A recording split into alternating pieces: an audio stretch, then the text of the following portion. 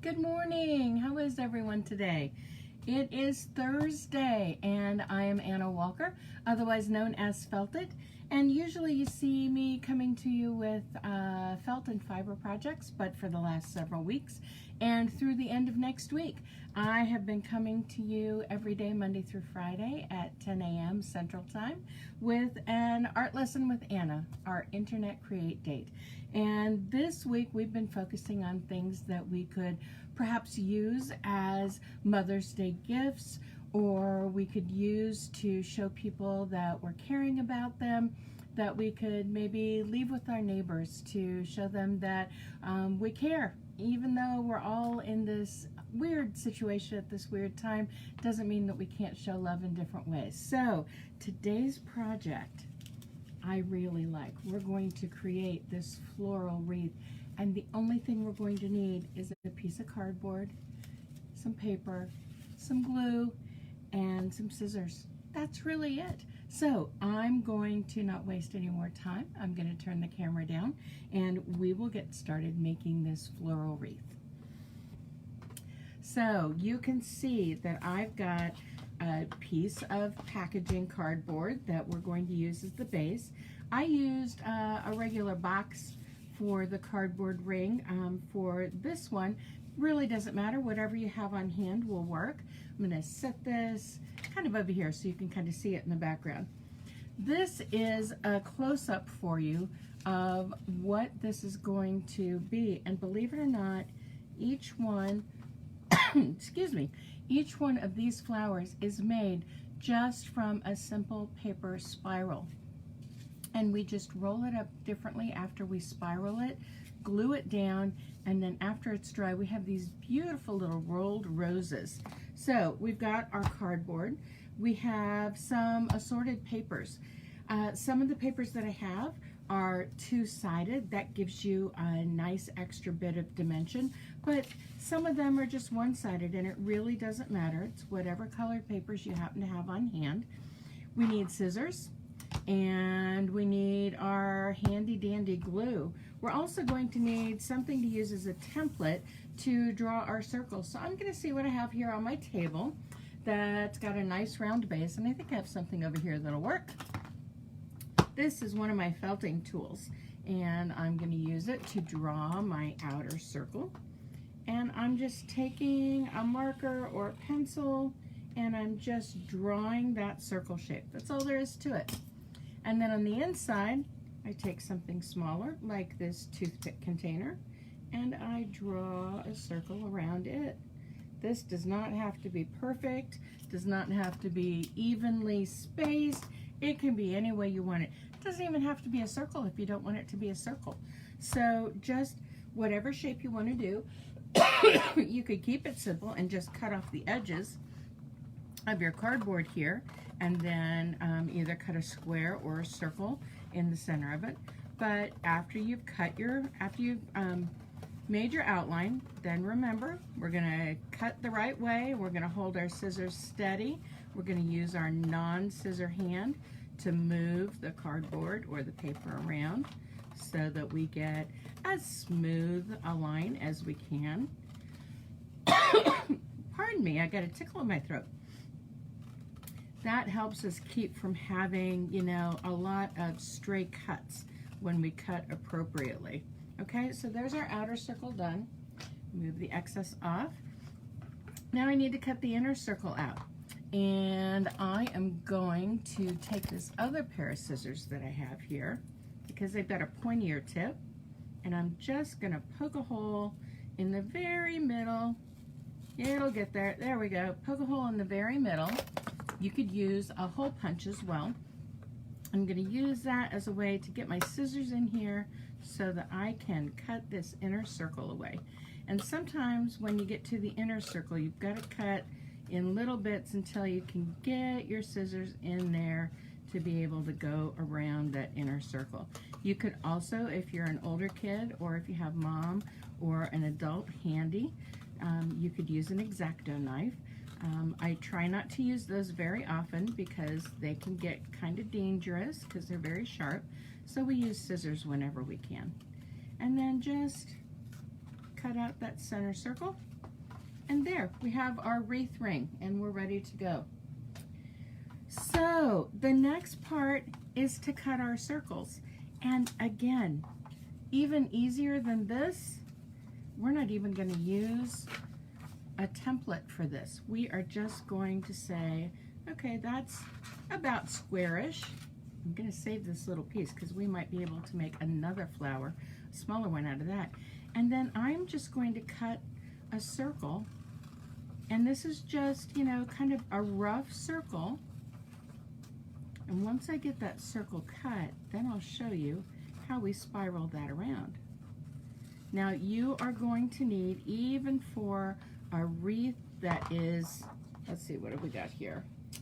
We've got roughly about 6 inches in diameter. You're gonna need a lot of flowers. You can see on the finished wreath, I have probably got more than 20 flowers on here in different sizes. So you're gonna be doing a lot of cutting today.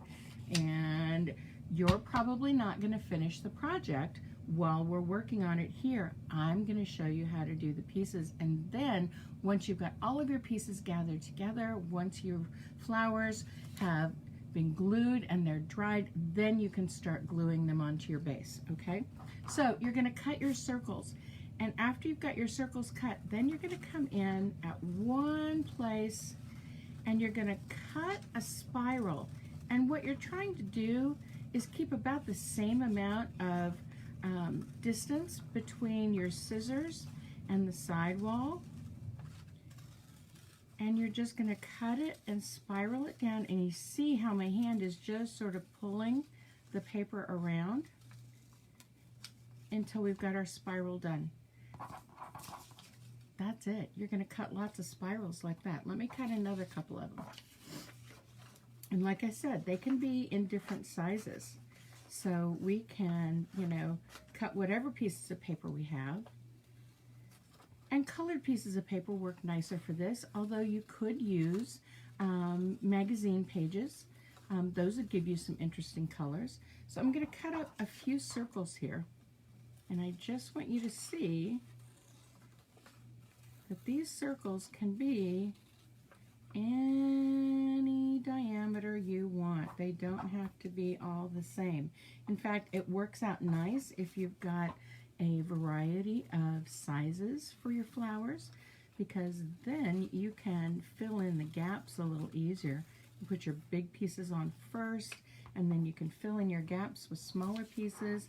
I'm going to cut a small yellow one here, and that'll give us a nice amount that we can work with to show you putting the roses together and getting them glued into place. So I'm just cutting the circles first, okay? And once I have the circles, then I'm coming in and I'm just cutting them into a spiral and just using my hand to move the paper around to make our spiral. And once again, I'm just cutting in, trying to keep the same amount of distance between my scissor and the side of the paper that I'm cutting. Now this one's got a little shape that I want to show you something with. Sometimes when you're cutting your circle, you're going to get a little point. You can just trim that off, and then it looks a lot smoother for your roses. So we've got another couple to cut up here. I'm going to cut this one a little thinner so that it's got a few more spirals that go around and around. And you see, it's just really simple and really easy when your non-scissor hand is moving the paper around. I'm going to trim off that little edge there, and one more here. And this one I'm going to cut with a little bit thinner walls too. Now once we've got our spirals cut, then it is about putting our spirals together, and they go together in the reverse to how we cut them up in the first place. And I'll show you what I mean by that. So you get the idea. You're going to cut lots and lots and lots of spirals, okay? So we have a number of them here that we're going to put together. going to get my glue handy because we're going to need it. I'm just popping the lid off so that I can easily lift it up from the cap. We've been using glue a lot lately. So these are the flowers that I'm going to put together. Let's start with the largest one first because I think you'll be able to see that one really, really well. And then we'll do this red one too. So right now the spiral is going like this and this is the center. We're going to fold this up so that this outer edge is the center. And what I like to do first is sort of cut off the tail that's really, really thin and use this as a way to start curling up my paper. And you see I am just taking my paper and I am rolling it up. And it's just really rolling this up. See how I'm holding on both edges of where I've cut the strip? I'm just doing that so that I can keep the spiral all together, going all the way around. When you get to this first corner, it flares out just a little bit more, and then I start using my hands like this to move the rest of the paper around. Gets a little tricky here at the end, but you'll see that it works out. And you see this spot here in the middle? That is going to be what we end up gluing our rose down to. That's going to be our bottom. But you see how that makes this beautiful rose shape. So while I'm holding it together here, I'm going to just sort of pinch the loops together with my thumb inside there, and I'm going to put some glue right here, and then I'll show you how we press that down. And you just want to make sure that I've got this all covered, because this bottom portion here is going to come up in the center, and I'm going to make sure that the center portion is pushed down, but I'm also going to cup it around the bottom to hold that rose shape into place while it's drying. And there we have our first rose. And so we're going to set that aside, and let's keep making roses here. Now on this one, I only have a tiny bit of a tip, and I'm going to do the same thing. Now if you want, you can grab a pencil or a crochet hook or a toothpick or something. If you want to wrap these a little tighter, you can certainly do that, and that'll help you get started. And then you can take and you can just keep rolling the way I showed you, just holding the top and the bottom of the paper. See how I'm holding that there? Keeping that all in place and just winding it up around itself. We're starting at the outside. The outside is going to be our inside, and the inside is going to be our outside. We're just rolling these spirals up in the reverse that we cut them out. And that is how these cool flower shapes are made. And you see how once you get really close to the bottom edge, it sort of curves out. It just naturally gives you that open bloom look so that you've got your flower right there. And so once again, I'm going to take it, I'm going to hold my spiral together. This one doesn't have a really big hole in the center, so I'm having to hold it on the sides. Put some glue on here. And you see I'm using a fair amount. I do like tacky glue better than white glue for this, just because it has a tendency to hold faster and you don't have to hold it in place quite as long. That's why it's called tacky, because it tacks things down a little easier. And so there is our second rose. Isn't that gorgeous? It is such a fun and easy technique to do. Now let's do this yellow one. Again, on this one, I just have a tiny tail. And I'm going to go ahead and take my crochet hook again just to get it started. And then once I've got it started, I'll slide that out and I'll start rolling it up. Now you can roll it up like this. You have to be careful that you don't pinch too hard when you're rolling like this. Otherwise you'll get creases in your flower. But even the creases can come out easily. It's just a matter of figuring out what way is most comfortable for you to roll your flower. I like holding it like this because I feel like I get better control over the spiral, and I'm able to hold it into place just a little bit better than the other way, but whatever works for you. And then again, we're down here at the bottom. I'm going to fold this over at the top. I'm going to hold it in place while I add, whoops, my lid got stuck there. While I add some glue on the very bottom. And I'm adding just a little bit more glue so that you guys can see it very easily. You can probably use a little bit less glue than what I'm using right now. But then I'm just pressing up the glue and allowing it to tack in place, making sure that the center portion has gotten touched down with that glue. Let's see if I can, there we go. There you can see it in the light. I like using the two-tone colors for the roses because, or the two different patterns for the roses, because I think it gives it a really cool design element there.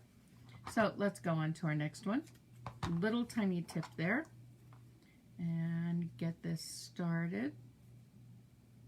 The other nice thing about using a double-sided paper is that you can have roses rolled up from both directions. And this one's going to be a little tricky, so I'm just going to keep going like this. Once you get the smaller spirals, they get a little tighter and they get a little more fiddly to try and roll up on themselves. But keep at it, you'll do just fine. And then we're just finishing up the roll and having this at the end. Now I'm just going to carefully hold my spiral together. Add a little bit of glue right down here in the bottom.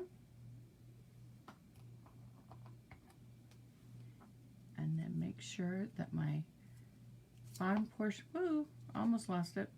The bottom portion of my spiral there in the center gets onto the glue, and then I wrap the bits around and just hold it into place for a moment.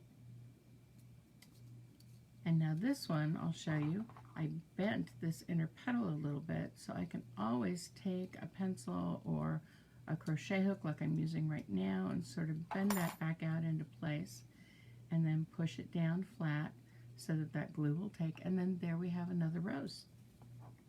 So let's do up the rest of these, and then I'll show you how you're going to put them on your base, and then I'll let you get to it for the day. And here's another one. Again, you don't have to start it with the crochet hook or a pencil or a toothpick or anything like that. You can just start rolling it on your own.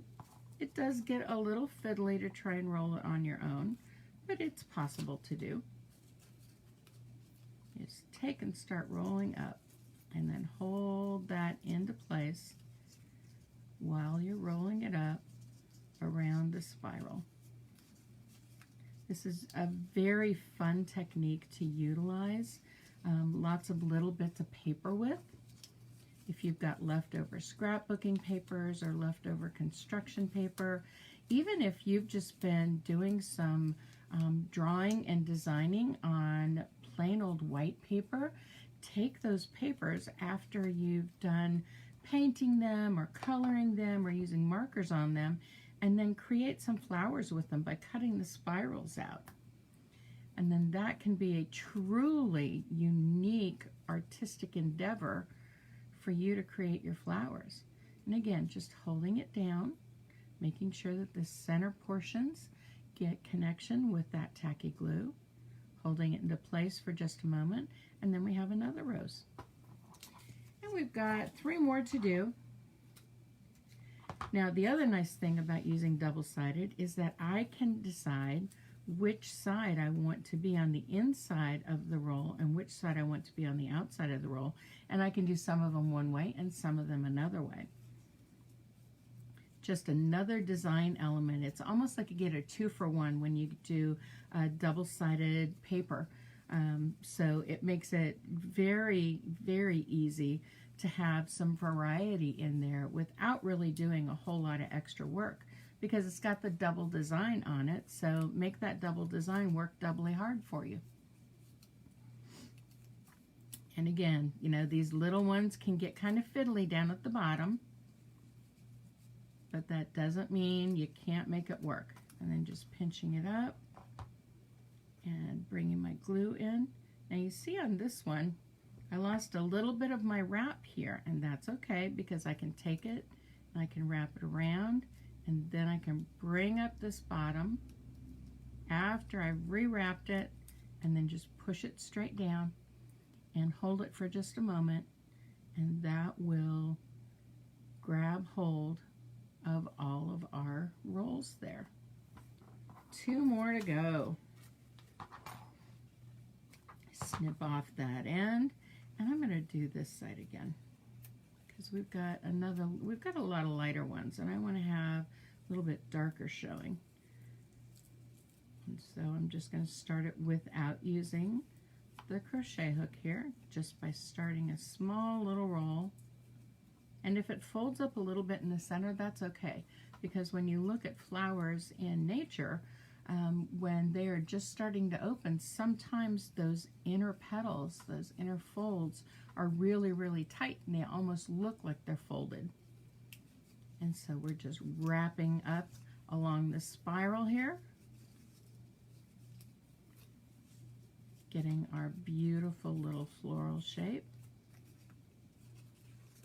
And as we get to the bottom, those petals, that roundness just comes and flares out naturally. Okay? And so we've got our shape here. I'm going to hold it in place.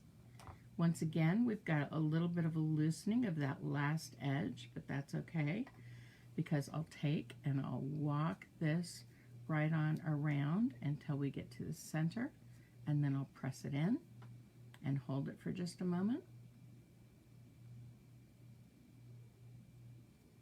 And then we've got another flower. And our last one here. Now we've got a little bit of a corner here that I just wanted to trim off the tail. And let's go ahead and wrap this way so that the white is on the center and the yellow is on the outside. This is only a single design paper. It's got a beautiful little variegated design color-wise on one side. Goes from a really, really pale yellow to a darker yellow. And then on the other side of the paper, it's just white. You could certainly, any papers that you have that have just got a design on one side, you can certainly take your crayons or your colored pencils or your markers and design up the other side if you want. And then you'd have a double-sided design. And so now here is our flower. I'm going to pinch it so that it holds together.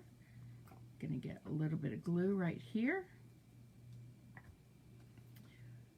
Make sure that this edge is walked around right at the end of my cone. Push this down. Make sure that I get that glue on those inner pieces. And then we have another flower. Ooh, I kind of like the white with just the pale yellow showing on the outside. So once you have your flowers all put together and they've dried, then you're going to start laying them down just by adding a little bit of tacky glue onto your cardboard circle. And even though these haven't completely dried yet, I'm going to go ahead and show you how you'll want to add them. Now I'm going to add a fair amount of glue in this one spot because this is where most of them are going to fit. And this will also let me know where I might need to make some more flowers if I don't have enough to cover everything here. And so I like to work just a portion at a time. Okay, so you see we've got this glued right here in this area, and I'm going to take my larger flower and set it in first, and I'll put it right here at one end, and then I'll take some of the smaller flowers and I'll start fitting them in and just pressing them down. And if I need to, I can add more glue. I can add another flower along an edge. But if I do this very carefully and very deliberately, then I can build up the design one little area at a time, and I don't have to worry about having holes to fill in. And if I just push them into place a little bit, they will hold their position beautifully, and that will enable us to continue to build up our design. And so you see just right here with the few flowers that we've made here just now, we've got our design started. Now we know that, let's see, 3, 6, 7, there's 8 of them, and that's maybe a sixth of the area for the entire wreath. So we know we're probably going to need about 25 to 30 flowers, depending on the sizes. What I found when I was putting the flowers on here is I had a lot of larger flowers and I had a lot of medium flowers, but I had to come back in and find some little tiny flowers that I could put into the little gaps where there were holes in the design. So you're going to be making a lot of flowers to be able to finish your wreath today. But I think the finished result is just going to be amazing. And then you can either hang it just from the cardboard, or you could always poke a hole with a needle or use a hole punch at one end and put in a ribbon to hang the wreath up. And there you have a beautiful rolled flower wreath. And that's our project for today. Now tomorrow, if you've been watching, you've seen our project for tomorrow, or one version of our project for tomorrow. There are a couple of different ways you can make a button-down bracelet, and I'm going to show you those button-down bracelets, and that's tomorrow's project. So let me flip the camera up. I'm so glad that you came here to craft with me today and to create with me today. I hope you'll have fun making your rolled flower wreaths today. And there's something that you can do anytime. And remember, you can do them big or you can do them small. That is totally up to you and the papers that you have. It would be really pretty, I think, if you had one great big flower at one end of your wreath and then you filled it in with smaller flowers. So have fun making your rolled flowers today. If you want more information about stampthingsintoexistence.com, my felting work, I will come to you a couple of times during the summer with a felting project that you can watch along with and get an idea of what I do in my job. And I'll see you tomorrow for another Internet Create Date. Thanks for joining me today, friends. I'll see you later. Bye.